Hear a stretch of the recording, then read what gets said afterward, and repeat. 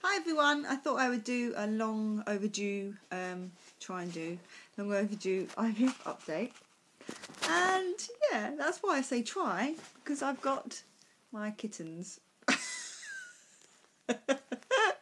with me. Lois, she's got big now.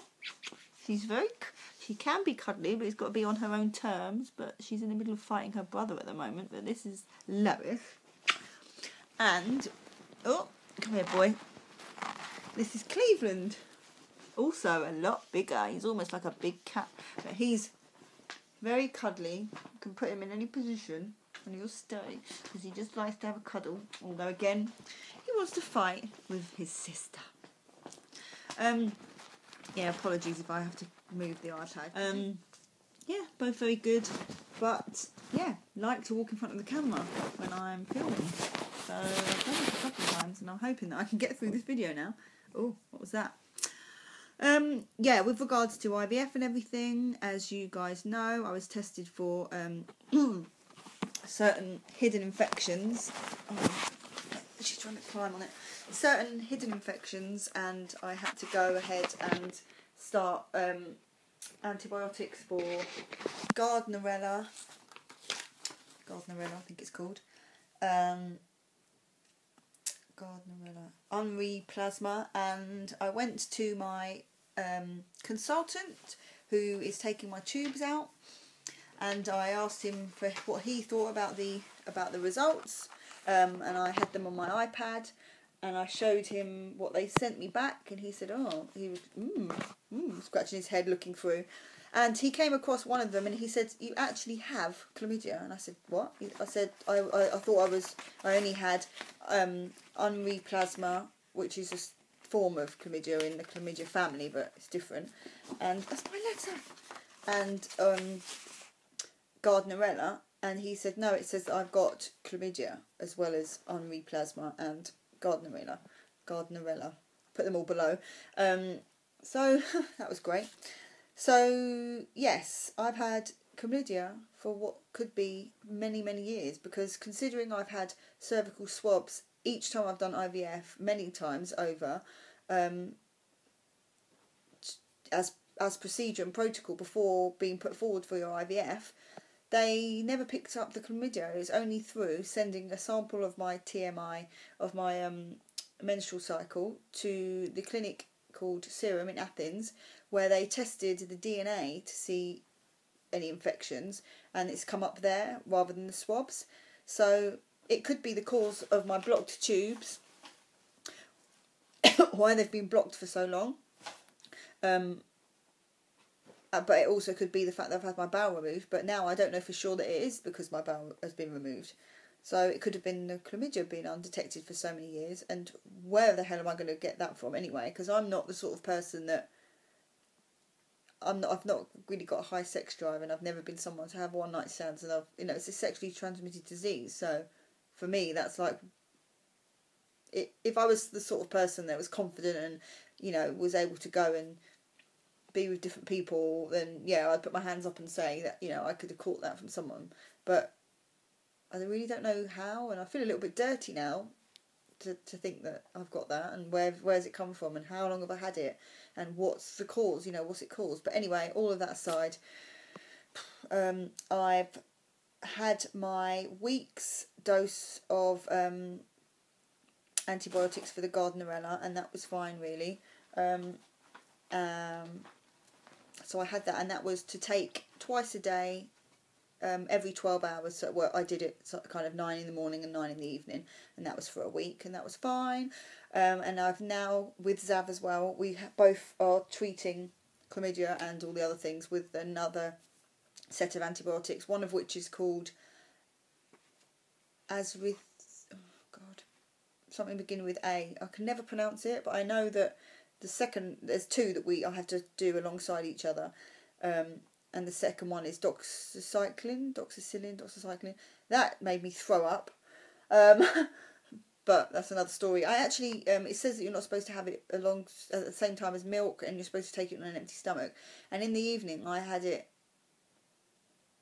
I think I don't know, I think I had it on an empty stomach, but then maybe half an hour later I had some ice cream, and for some stupid reason, I do not know why, I just didn't connect the whole dairy thing being ice cream. But then I was really, really sick, and I said to Zav, well, it's not as if I've had any dairy or anything. He was like, you've just had half a tub of Haagen-Dazs that's got milk in it. I was like, oh my god, I literally couldn't believe that I didn't think, that was dairy. But get off my letter, Lois.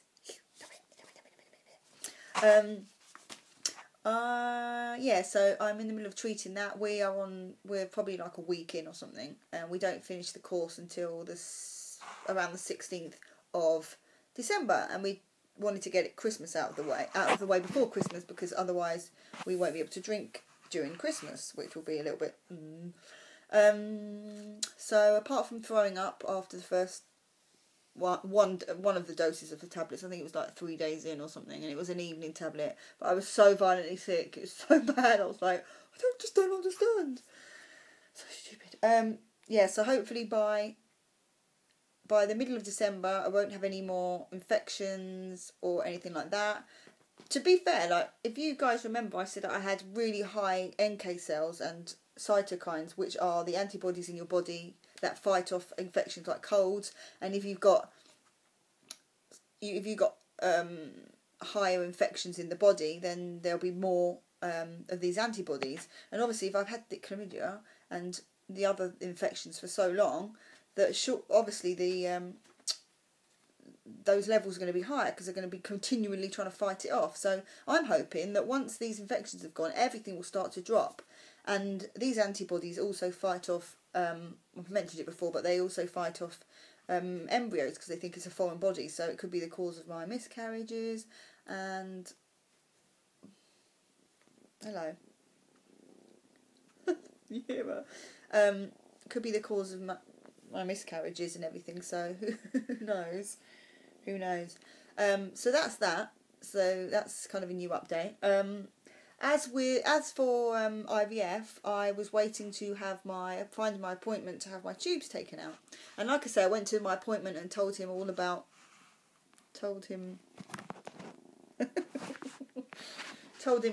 the test that I had done, and he was like, oh wow.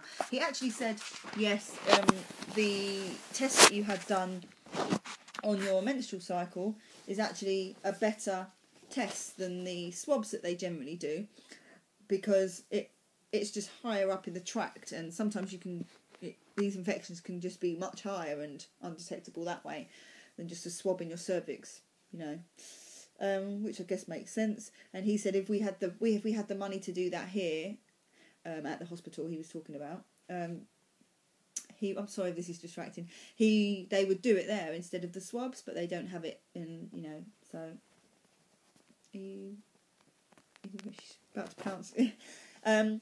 So I was surprised that he didn't just poo-poo the test and just say, yes, there's not enough studies to say that this is this and whatever, blah blah blah. You shouldn't have paid that money to get those tests done. But he said it was good that I did, because the chlamydia needs to be treated, because it can cause other problems, like pelvic inflammatory disease or something like that.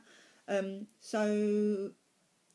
he's going to take my tubes out, because I did ask him. I said, well, is there a chance that the blocking in my tubes could be caused from these infections, and if I clear the infections, my tubes could technically be uncleared? And no, the actual damage has been done. Like, once they have been being distracted by the kittens, once they've been blocked, they're more than likely not really going to be working forever. So I've just taken the plunge, and we together to have my tubes removed. And the reason I'm making this video is because I've got my date through, so everything's slowly like moving along. So my hospital letter has come through from the NHS, and I'm actually having my tubes taken out on the 30th of December. They did offer me the 6th or the 9th or something like that, but I'm off work because my boss is going to Malaysia over Christmas. I'm off work from the 16th, so I was hoping it would be between the 16th and New Year, but no, they've offered it to me on the 30th of December. So that's a day before New Year's, but I don't really care. I'd rather get it done. And that leads me to another thing, is that Zav and I have been away from IVF for a while, as you know, because of all that's happened and the money it's cost, and just needing a break and needing to stop dieting, needing to stop taking pills, just stop. Whoa. So that is what we have done for a little while, hence buying the kittens and everything, and we've taken the plunge to move house. We are moving technically from Monday, and it's Friday now. We still have the flat that we're living in now. We've been here since 2010. It's been at least 3 years, nearly 4, and we've outgrown the flat. It's had good memories here, but also a lot of bad ones, and we're starting the new year with a fresh. But it has meant that all the money that I saved for IVF, we are putting towards moving costs and moving. But we needed to do that to kind of peace of mind, and not peace of mind. What's the word? Well-being, for our well-being.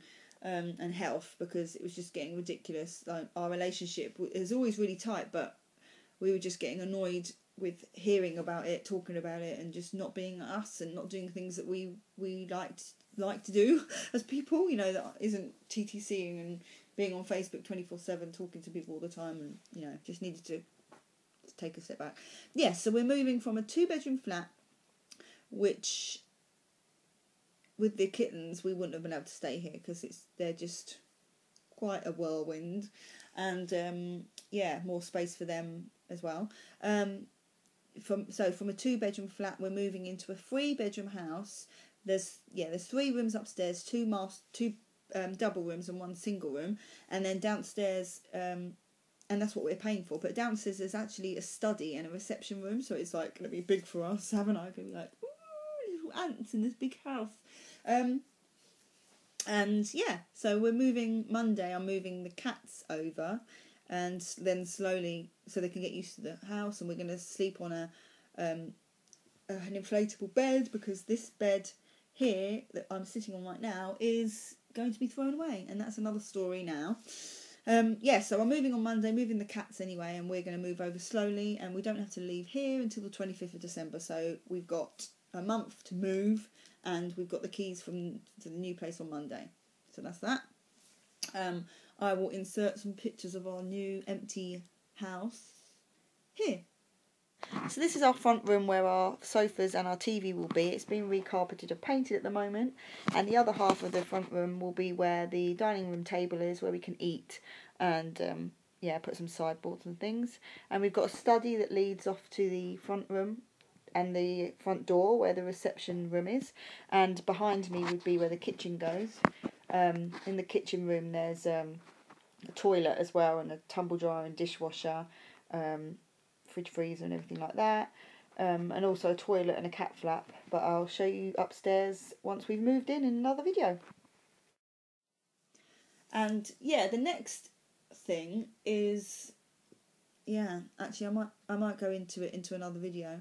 But we've had, since as you guys know, I had an outbreak of fleas. And, not an outbreak so much, but there was like 4 or 5 on Lois when we bought her. And I texted the lady saying, the cat's got fleas, you didn't tell me. She said, I did mention that there would be 1 or 2. No, you didn't, idiot. So then we had to treat her, but she wasn't big enough, so we had to put some stronghold on her and frontline on him, and then we sprayed the house and everything and cleaned and hoovered and blah blah blah, and we've had a cleaner every week for the last 3 weeks, something like that. But 4 weeks later,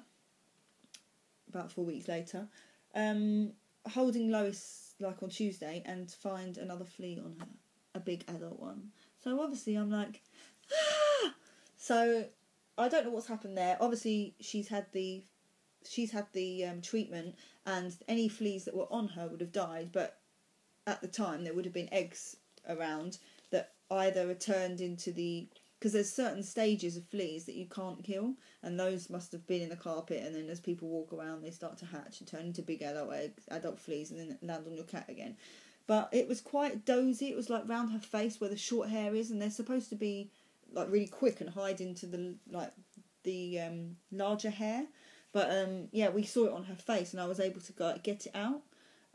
So we're hoping that it's because she's still got the solution stuff in her, even though it's been like 4 weeks in her body. So she will be fighting off fleas, because you have to do them regularly, don't you? But it might be because it was weaker for her because she was smaller in weight. But anyway, because it had been 4 weeks, we were able to put the front line on her and him again. So they've both had the treatment, and today, maybe Tuesday, Wednesday, Thursday, Friday, like 3 days on, I've today had the council come along and spray the whole house with the pesticide stuff. But I don't know how much they didn't go under the sofas, underneath the beds or anything. It's just stuff. It's pretty hardcore stuff because I've had to keep them in this room while the rest of the house is drying. I can see it on the floor, like beads of water are still there. It's obviously like a water spray that he's put down. Don't know, but it's not the stuff that you get from the shop. Stuff that you have to get them to get, or from your vet. I think I don't even think the vets have it. But anyway, and I've since given her a little flea bath, even just to get some of the eggs off before they came today, and I've brushed them a little bit and whatever, so hopefully the eggs will go. But there is a stage of the flea that you can't kill, and we're moving, so I'm like, I really don't want them to come to the new house. So if you've got any suggestions on keeping fleas out, I've taken pretty much all my clothes, apart from the stuff in the cupboards and the drawers and dressers and stuff. I've taken them to the laundrette today and steamed and everything, so I'm literally sitting on a bed with beds off. To be honest, like, there's not a lot. There was like one flea, and even when we first saw her, she had like 1 or 2 like crawling on her tummy, and 3 weeks nothing. So it's obviously a house issue. It's obviously like, as long as we take the kittens flea free, then, and take them to the new house where they've done a professional cleaning and they've got new carpets, and we just, hopefully, otherwise, yeah. But that's it. I'm having my tubes taken out. I'm having my infections cleared, and in January we're just going to start saving again. And however long it takes to start saving is however long it will be before I start IVF. But between us, we can save quite a lot. Although we have now committed to extra rent, because we're going from a 2-bedroom. Although it was £936 here, and it's now £1,240 a month on rent. So, but we're going to have so much space, and I will do a house tour once we get in there, show you what we've done with it. And yeah, that's my update really, and I hope you're all doing well. I see that Jess P's had her twins, and who else has done what? Loads of different things. But yeah, I hope you're all well, because I am still watching people's videos, and obviously I am still hoping to do IVF soon. But in the meantime, you could get cats on video who are now falling asleep. Look. Yeah, so that's me, and I'm sending you all love, and I'll speak to you all soon.